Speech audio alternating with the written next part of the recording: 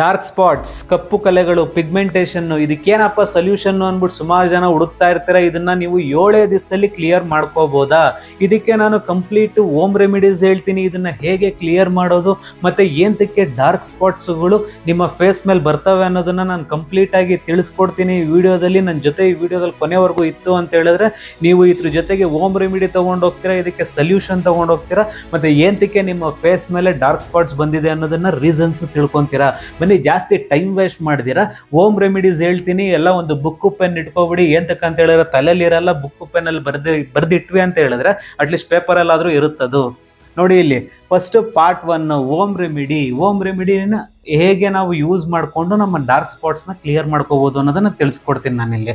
First remedy 1 ಬಂದ್ಬಿಟ್ಟು early morning, ಬೆಳಗ್ಗೆ ಎದ್ದಿದ ತಕ್ಷಣನೇ ನೀವು ಏನು ಮಾಡಬೇಕು ಅಂತ ಹೇಳಿದ್ರೆ, ನೋಡಿ ಇಲ್ಲಿ ಆಮ್ಲ ಪ್ಲಸ್ ವಾಟರ್. ಈ ನೆಲ್ಲಿಕಾಯಿ ಬರುತ್ತಲ್ಲ, ಅದ್ರ ಪೌಡರ್ ಸಿಗುತ್ತೆ, ಅಥವಾ ನೆಲ್ಲಿಕಾಯ್ದೆ ತಗೊಂಡು ಪೌಡರ್ ಮಾಡಿರೋರು ಆಗಿರ್ಬೋದು, ಅದನ್ನ ಯೂಸ್ ಮಾಡಿಕೊಂಡು ನೀವು ಆಮ್ಲ ವಾಟರ್ ಕುಡಿಬೋದು.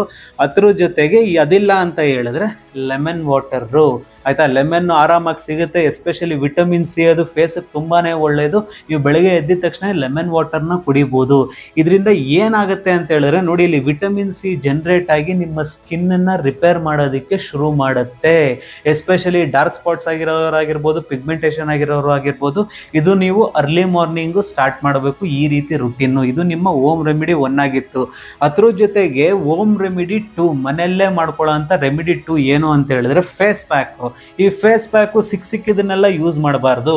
ಎಸ್ಪೆಷಲಿ ಮನೆಯಲ್ಲೇ ಸಿಗೋ ಅಂತ ಫೇಸ್ ಪ್ಯಾಕನ್ನು ನೀವು ಯೂಸ್ ಮಾಡಿಕೊಂಡು ಇದನ್ನು ಹೇಗೆ ನೀವು ರಿಪೇರ್ ಮಾಡ್ಕೋಬೋದು, ಅದ್ರ ಜೊತೆಗೆ ಡಾರ್ಕ್ ಸ್ಪಾಟ್ಸ್ನ ಹೇಗೆ ಹೋಗಿಸ್ಬೋದು ಅಂತ ಹೇಳಿದ್ರೆ, ಅದು ಒಂದು ನಿಮಗೆ ತಲೆಯಲ್ಲಿ ಇಟ್ಕೋಬೇಕು. ಇದು ಪ್ರತಿ ದಿವಸ ಯೂಸ್ ಮಾಡೋದಂಥದ್ದಲ್ಲ. ಫೇಸ್ ಪ್ಯಾಕು ವಾರದಲ್ಲಿ 2 ಅಥವಾ 3 ದಿವಸ ಮಾತ್ರ ಈ ಫೇಸ್ ಪ್ಯಾಕ್ನ ನೀವು ಯೂಸ್ ಮಾಡಬೇಕು. ಅದೇನು ಅಂತ ಹೇಳಿದ್ರೆ, ನೋಡಿ ಇಲ್ಲಿ ರೈಸ್ ಫ್ಲೋರು ಪ್ಲಸ್ ಕರ್ಡು, ಆಯಿತಾ? ಅಕ್ಕಿ ಹಿಟ್ಟು ಮತ್ತು ಮೊಸರು ಇವೆರಡನ್ನು ಮಿಕ್ಸ್ ಮಾಡಿ ನೀವು ಫೇಸ್ ಪ್ಯಾಕ್ ಥರ ಬಳಸಬೇಕು. ಅದು 10 ರಿಂದ 15 ನಿಮಿಷ ಮಾತ್ರ.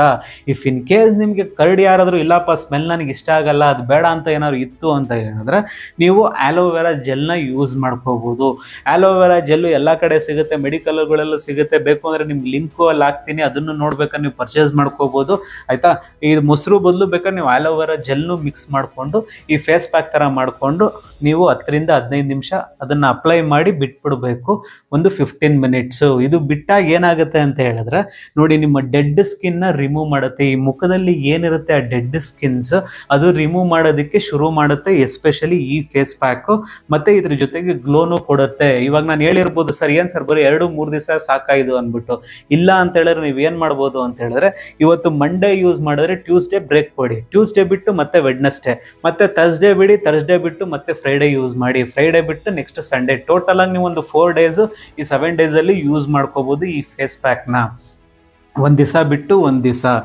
ಅದಾದಮೇಲೆ ರೆಮಿಡಿ 3, ಈ 3ನೇ ರೆಮಿಡಿ ಏನು ಅಂತ ಹೇಳಿದ್ರೆ ನೈಟ್ ಹ್ಯಾಬಿಟ್. ಇವಾಗ ನೀವು ಅದನ್ನು ನಿಮಗೆ ಮಾರ್ನಿಂಗ್ ರುಟೀನ್ ಒಂದು ಹೇಳಿದೆ, ಇವಾಗ ನೈಟ್ ರುಟೀನ್ ಏನು ಅಂತ ಹೇಳಿದ್ರೆ ಈ face clean plus light oil massage. ನಿಮ್ಮ ಫೇಸ್ನ ಯಾವುದಾದ್ರೂ, ಆಯಿತಾ, ಕ್ಲೆನ್ಸರಲ್ಲಿ ಫೇಸ್ ವಾಶ್ ಮಾಡಿ. ಕ್ಲೆನ್ಸರ್ ಅಂತ ಹೇಳಿದ್ರೆ ಸೆಟಾಫಿಲ್ ಆಗಿರ್ಬೋದು, ಇನ್ನು ಬೇರೆ ಏನಂತಾರೆ, ಸ್ವಲ್ಪ ನಿಮ್ಮ ಫೇಸಿಗೆ ಸೂಟ್ ಆಗುವಂಥ ಕ್ಲೆನ್ಸರ್ಗಳು ಸಿಗ್ತವೆ, ಫೇಸ್ ವಾಶ್. ಬೇಕು ಅಂದರೆ ನಿಮಗೆ ಲಿಂಕ್ಗಳು ಹಾಕಿರ್ತೀನಿ, ನನ್ನ ವಿಡಿಯೋ ಪಕ್ಕದಲ್ಲೇ ಬರ್ತಿರುತ್ತೆ, ಅದನ್ನು ನೋಡ್ಕೊಂಡು ನೀವು ಬೇಕಾದ್ರೆ ಪರ್ಚೇಸ್ ಮಾಡ್ಕೋಬೋದು, ಆಯಿತಾ? ನೋಡಿ ಇಲ್ಲಿ ಫೇಸ್ ಕ್ಲೆನ್ಸರಲ್ಲಿ ನಿಮ್ಮ ಫೇಸ್ನ ಕ್ಲೀನ್ ಮಾಡಿ ಅದಕ್ಕೆ ನೀವು ಲೈಟ್ ಆಯಿಲ್ ಮಸಾಜ್ ಮಾಡಬೇಕು. ಅದು 2 ಡ್ರಾಪ್ಸ್ ಹಾಕ್ಬಿಟ್ಟು, ಆಯಿತಾ? ತಕ ಅಂತ ಸುಮ್ಮನೆ ಎಮ್ಮೆ ತಿಕ್ದಂಗೆ ತಿಕ್ಕೋದಲ್ಲ, ಅದನ್ನು ನಾರ್ಮಲ್ ಆಗಿ, ಆಯಿತಾ, ಜೆಂಟಲ್ ಆಗಿ ಮಕ್ಕಳು ಫೇಸ್ ಮಸಾಜ್ ಮಾಡ್ತಾರಲ್ಲ ಆ ರೀತಿ ನಿಮ್ಮ ಫೇಸ್ನ ಮಸಾಜ್ ಮಾಡಬೇಕು. ಬರೀ 2 ಡ್ರಾಪ್ಸು. ಯಾವ್ಯಾವ ಆಯಿಲ್ನ ಯೂಸ್ ಮಾಡಬೇಕು, ಯಾವ್ಯಾವ ಆಯಿಲ್ ಯೂಸ್ ಮಾಡಬೇಕು ಅಂತ ಹೇಳಿದ್ರೆ, ಕೋಕೋನಟ್ ಅಥವಾ ಆಲ್ಮಂಡ್ ಆಯಿಲ್, ಬಾದಾಮ್ ಆಯಿಲ್ ಬರುತ್ತಲ್ಲ, ಇವೆರಡರಲ್ಲಿ ಯಾವ್ದಾದ್ರು ಒಂದು ಆಯಿಲ್ನ ತಗೊಂಡು 2 ಡ್ರಾಪ್ಸ್ ಹಾಕ್ಕೊಂಡು ನೀವು ಮೆತ್ತಿಗೆ ಒಂಥರ ಮಗುಗೆ ಮಾಡ್ದಂಗೆ ಆ ರೀತಿ ಜೆಂಟಲ್ ಆಗಿ ನೀವು ಫೇಸ್ ಮಸಾಜ್ ಮಾಡ್ಕೋಬೇಕು, ಎಸ್ಪೆಷಲಿ ನೈಟು, ಆಯಿತಾ? ಇದು ನಿಮ್ಮ ರೆಮಿಡಿ 3 ಆಗಿತ್ತು. ಇಷ್ಟು ನೀವು ಮನೆಯಲ್ಲೇ ಮಾಡುವಂಥ ಏನಂತಾರೆ ಮನೆ ಮದ್ದುಗಳು. ಸೊ ಇವಾಗ ಇಷ್ಟನ್ನು ತಿಳ್ಕೊಂಡ್ರೆ ಟಕ್ಕಂತ ಓಡೋಗ್ಬೇಡಿ. ಫಸ್ಟ್ ಇವಾಗ ನಿಮ್ಗೆ ರೆಮಿಡೀಸ್ ಕೊಟ್ಟೆ ತಾನೆ ನಾನು.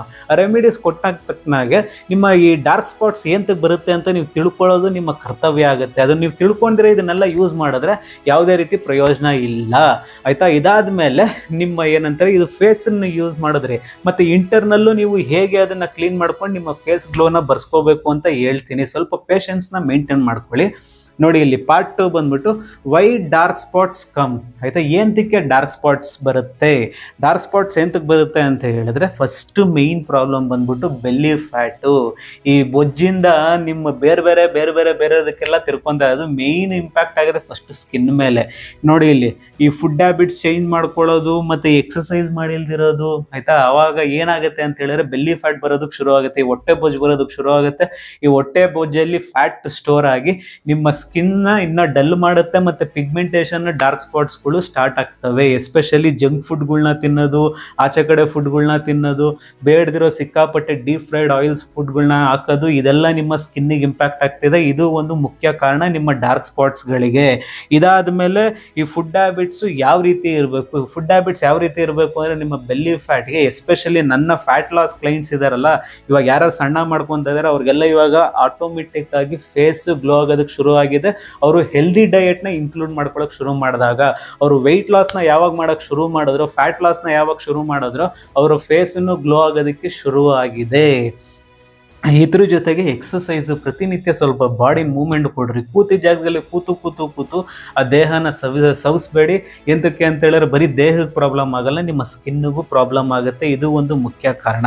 ಇದಾದ್ಮೇಲೆ ಬ್ಲಡ್ ಪ್ಯೂರಿಫೈ. ನಾನು ಲಾಸ್ಟ್ ವಿಡಿಯೋದಲ್ಲಿ ಆ ಬ್ಲಡ್ ಪ್ಯೂರಿಫೈ ಅಲ್ಲಿ ಮಾತಾಡಿದಾಗ ಅದರಲ್ಲಿ ನಾನು ಮೇನ್ ಮೆನ್ಷನ್ ಮಾಡಿದ್ದೆ, ನಿಮಗೆ ಮೇನ್ ಇಂಪ್ಯಾಕ್ಟ್ ಆಗೋದು ಈ ಹೊಟ್ಟೆ ಬೊಜ್ಜಿಂದ, ಮತ್ತೆ ಏನಂತಾರೆ ನಿಮ್ಮ ಸ್ಕಿನ್ನಿಗೆ ಡೈರೆಕ್ಟ್ ಇಂಪ್ಯಾಕ್ಟ್ ಆಗುತ್ತೆ. ಏನಾದರೂ ನಿಮ್ಗೆ ಏನಂತಾರೆ ಬ್ಲಡ್ ಏನಾದರೂ ಪ್ಯೂರಿಫೈ ಆಗಿಲ್ಲ ಅಂತ ಹೇಳಿದ್ರೆ, ಬ್ಲಡ್ ಏನಾದ್ರು ಕೆಡ್ತಿದೆ ಅಂತ ಹೇಳಿದ್ರೆ ಅದು ಒಂದು ಮುಖ್ಯ ಕಾರಣ ನಿಮ್ಮ ಡಾರ್ಕ್ ಸ್ಪಾಟ್ಸ್ಗೆ. ದಯವಿಟ್ಟು ಬ್ಲಡ್ ಪ್ಯೂರಿಫೈ ಮಾಡ್ಕೊಳ್ಳೋದಕ್ಕೆ ಒಂದು ಏನಂತಾರೆ ಕೆಲವು ಫುಡ್ಸ್ಗಳನ್ನ ಇನ್ಕ್ಲೂಡ್ ಮಾಡ್ಕೊಳ್ಳಿ. ನಿಮ್ಗೆ ಏನಾದರೂ ಪೂರ್ತಿ ಅದ್ರ ಬಗ್ಗೆ ತಿಳ್ಕೋಬೇಕು ಅಂತ ಹೇಳಿದ್ರೆ ಇಲ್ಲಿ ಲಿಂಕ್ ಹಾಕ್ತೀನಿ, ಅಥವಾ ನನ್ನ ವಿಡಿಯೋ ಹೋಗಿ ಚೆಕ್ ಮಾಡೋಕೆ, ಅಲ್ಲಿ ಬ್ಲಡ್ ಪ್ಯೂರಿಫಿಕೇಶನ್ ಬಗ್ಗೆ ಒಂದು ವಿಡಿಯೋ ಮಾಡಿದ್ದೀನಿ, ಕಂಪ್ಲೀಟಾಗಿ ಫುಡ್ ಲಿಸ್ಟ್ ಎಲ್ಲ ಕೊಟ್ಟಿದ್ದೀನಿ. ಆ ಫುಡ್ಡನ್ನು ಯೂಸ್ ಮಾಡಿದ್ರೆ ಆಯಿತಾ ನಿಮ್ಮ ಡಾರ್ಕ್ ಸ್ಪಾಟ್ಸ್ಗೆ ತುಂಬಾ ಹೆಲ್ಪ್ಫುಲ್ ಆಗುತ್ತೆ. ಅದ್ರ ಜೊತೆಗೆ ಸ್ಕಿನ್ನು, ಆಯಿತಾ, ಈ ಸ್ಕಿನ್ನನ್ನು ಇವಾಗ ಇಷ್ಟೊತ್ತು ನೀವು ಹೊಟ್ಟೆ ಒಳಗಡೆ ಏನೇನೆಲ್ಲ ಪ್ರಾಬ್ಲಮ್ ಇದ್ದಾಗ ಸ್ಕಿನ್ ಪ್ರಾಬ್ಲಮ್ ಆಗುತ್ತೆ ಅಂತ ತಿಳ್ಕೊಂಡ್ರೆ, ಎಸ್ಪೆಷಲಿ ಡಾರ್ಕ್ ಸ್ಪಾಟ್ಸು. ಇದಾದಮೇಲೆ ಸ್ಕಿನ್ನನ್ನು ನೀವು ಸುಮಾರು ಜನ ಮೇಂಟೈನ್ನೇ ಮಾಡಲ್ಲ. ನೀವು ಆಚೆ ಕಡೆ ಹೋಗ್ತೀರಾ, ಬಿಸಿಲಿಗೆ ಹೋಗ್ತೀರಾ, ಆಯಿತಾ, ಸನ್ಸ್ಕ್ರೀನ್ ಅಪ್ಲೈ ಮಾಡಲ್ಲ, ಡೈರೆಕ್ಟ್ ಹೋಗಿ ಎಂಟ್ರಿ ಕೊಟ್ಬಿಡ್ತೀರಾ. ಅದು ಸನ್ಸ್ಕ್ರೀನ್ UV ರೇಸ್ ಎಲ್ಲ ಬಿದ್ದು ನಿಮ್ಮ ಡಾರ್ಕ್ ಸ್ಪಾಟ್ಸ್ಗಳು ಇನ್ನೂ ಜಾಸ್ತಿ ಆಗಿರ್ತವೆ, ಪಿಗ್ಮೆಂಟೇಷನ್ ಸ್ಟಾರ್ಟ್ ಆಗಿರುತ್ತೆ. ಇದನ್ನು ನಾವು ಕರೆಕ್ಟಾಗಿ ಕೇರ್ ಮಾಡಬೇಕು, ಸನ್ಸ್ಕ್ರೀನ್ನ ಯೂಸ್ ಮಾಡಬೇಕು. ಒಳ್ಳೆ ಸನ್ಸ್ಕ್ರೀನ್ ಬೇಕು ಅಂದರೆ ಲಿಂಕ್ಗಳು ಹಾಕಿರ್ತೀನಿ, ಬೇಕು ಅಂದರೆ ನೀವು ಪರ್ಚೇಸ್ ಮಾಡ್ಕೊಳ್ಳಿ, ಆಯಿತಾ. ಸನ್ಸ್ಕ್ರೀನ್ ಯೂಸ್ ಮಾಡಬೇಕು, ಅದಾದಮೇಲೆ ಮಾಯಿಶ್ಚರೈಸರ್ನ ಕರೆಕ್ಟಾಗಿ ಯೂಸ್ ಮಾಡಬೇಕು. ಅದಾದಮೇಲೆ ಆಯಿತಾ ಅದು ಪ್ರಾಪರ್ ಆಗಿ ಕೇರ್ ಮಾಡಬೇಕು. ನೋಡಿ ಇಲ್ಲಿ ಪ್ರಾಪರ್ ಕೇರಿಂಗು ನೋಡಿ ಇಲ್ಲಿ. ಅದ್ರ ಜೊತೆಗೆ ನೋ ಆರ್ಶ್ ಕಾಸ್ಮೆಟಿಕ್ಸ್. ದಯವಿಟ್ಟು ನಿಮ್ಮ ಮುಖಕ್ಕೆ ಸಿಕ್ಕಾಪಟ್ಟೆ ಸಿಕ್ಕಿದ್ದನ್ನೆಲ್ಲ ಆರ್ಶ್ ಕಾಸ್ಮೆಟಿಕ್ಸ್ನ ಯೂಸ್ ಮಾಡಬೇಡಿ. ಯಾವುದಾದ್ರೂ ಒಂದು ಕಾಸ್ಮೆಟಿಕ್ಸ್ ಆಗಿರ್ಬೋದು ಅಥವಾ ಸ್ಕಿನ್ ಕೇರ್ ಪ್ರಾಡಕ್ಟ್ ಆಗಿರ್ಬೋದು, ಅದನ್ನು ಯೂಸ್ ಮಾಡ್ತಾ ಇದ್ದೀರಾ ಅಂತ ಹೇಳಿದ್ರೆ ಅಟ್ಲೀಸ್ಟ್ ಒಂದು 3 ತಿಂಗಳಾದ್ರೂ ಅದನ್ನು ಯೂಸ್ ಮಾಡಿ. ಇವತ್ತು 15 ದಿವಸಕ್ಕೆ ಯೂಸ್ ಮಾಡೋದು, ಎಸ್ಪೆಷಲಿ ಹೆಣ್ಮಕ್ಳು ಇವತ್ತು ಒಂದು 15 ದಿವಸಕ್ಕೆ ಯೂಸ್ ಮಾಡಿದ್ರೆ ಈ ಫೇಸ್ ವಾಶ್ನ, ಇನ್ನೊಂದು 15 ದಿವಸಕ್ಕೆ ಬೇರೆ ಚೇಂಜ್ ಮಾಡ್ಬಿಡೋದು, ಮತ್ತೊಂದು ಮಗದೊಂದು ಡಿಸೈನಾಗಿ ಕಾಣಿಸಿದನ್ನೆಲ್ಲ ಯೂಸ್ ಮಾಡ್ತಾರೆ. ನಿಮ್ಮ ಫೇಸ್ನ ಇನ್ನೂ ಹಾಳು ಮಾಡ್ಕೊತೀರಾ. ಒಂದು ನಿಮ್ಮ ಪ್ರಾಡಕ್ಟ್ ಸೆಟ್ ಆಗಬೇಕು ಅಂದರೆ ಅಟ್ಲೀಸ್ಟ್ ಅದನ್ನು 3 ತಿಂಗಳಾದ್ರೂ, ಒಂದು 90 ಡೇಸ್ ಆದ್ರೂ ಅದನ್ನು ಯೂಸ್ ಮಾಡಿದಾಗ್ಲೇ ಆಯಿತಾ ನಿಮ್ಮ ಫೇಸಲ್ಲಿ ವಿಸಿಬಲ್ ರಿಸಲ್ಟ್ಸು ಕಾಣೋದು, ಆಯಿತಾ. ಇದು ಕಂಪ್ಲೀಟಾಗಿ ಏನಕ್ಕೆ ಡಾರ್ಕ್ ಸ್ಪಾಟ್ಸ್ ಬರುತ್ತೆ ಅಂತ ತಿಳ್ಕೊಂಡ್ರಿ. ಇದಾದ್ಮೇಲೆ ನೋಡಿ ಇಲ್ಲಿ, dark spots direct skin problem ಅಲ್ಲ, ಇನ್ಸೈಡ್ ಬಾಡಿ ಪ್ರಾಬ್ಲಮ್. ನಾನು ಹೇಳ್ದಂಗೆ ಆಯಿತಾ, ಜಸ್ಟು ನೀವು ಪ್ರಾಡಕ್ಟ್ಸ್ ಏನು ಯೂಸ್ ಮಾಡ್ತೀರೋ ಅದೊಂದೇ ಅಲ್ಲ, ಆಯಿತಾ. ಇವಾಗ ಹೋಮ್ ರೆಮಿಡಿ ನಿಮ್ಮ ಸ್ಕಿನ್ನನ್ನು ಸರಿ ಮಾಡೋದಕ್ಕೆ 50% ಹೆಲ್ಪ್ ಮಾಡ್ತು, ಇನ್ನು 50% ಇನ್ನೂ ಹೆಲ್ಪ್ಫುಲ್ ಆಗಬೇಕು ಅಂತ ಹೇಳಿದ್ರೆ ನಿಮ್ಮ ಹೊಟ್ಟೆ ಭಾಗ, ನೀವು ತಿನ್ನೋ ಅಂಥ ಫುಡ್ಡು ಕರೆಕ್ಟಾಗಿರಬೇಕು, ಕರೆಕ್ಟ್ ಪ್ರಾಪರ್ ವೆಯ್ಟ್ ಮ್ಯಾನೇಜ್ಮೆಂಟ್ ಮಾಡ್ಕೋಬೇಕು. ಓವರ್ ವೆಯ್ಟ್ ಆಗಿರೋರು ಟಕ್ಕಂತ ಫಸ್ಟು ಅದನ್ನು ವೆಯ್ಟ್ ಇಳಿಸಿ, ಅದಾದಮೇಲೆ ಅದು ಇಳಿತಾ ನಿಮ್ಮ ಡಯಟಲ್ಲಿ ಬ್ಯಾಲೆನ್ಸ್ ಡಯಟ್ ಇಟ್ಕೊಳ್ಳಿ, ಆಯಿತಾ. ಬ್ಯಾಲೆನ್ಸ್ ಡಯಟ್ ಇತ್ತು ಅಂತ ಹೇಳಿದ್ರೆ ಆಟೋಮೆಟಿಕ್ ಅನ್ನೋದಕ್ಕಿಂತ ನಿಮ್ಮ ಸ್ಕಿನ್ ಪ್ರಾಬ್ಲಮ್ ಏನೇನೆಲ್ಲ ಇದೆ ಮ್ಯಾಜಿಕಲ್ ಆಗಿ 7 ದಿವಸದಲ್ಲಿ ಹೋಗಿಲ್ಲ ಅಂದ್ರೂ ಆಯಿತಾ, ಗ್ರ್ಯಾಜುಯಲಿ ಹೋಗ್ತಾ ನಿಮ್ಮ ಸ್ಕಿನ್ ಪ್ರಾಬ್ಲಮ್ಗಳು ಸರಿ ಹೋಗ್ತವೆ. ಇಷ್ಟು ಪ್ರಾಪರ್ ಕೇರಿಂಗ್ ಮಾಡಿಕೊಂಡ್ರೆ.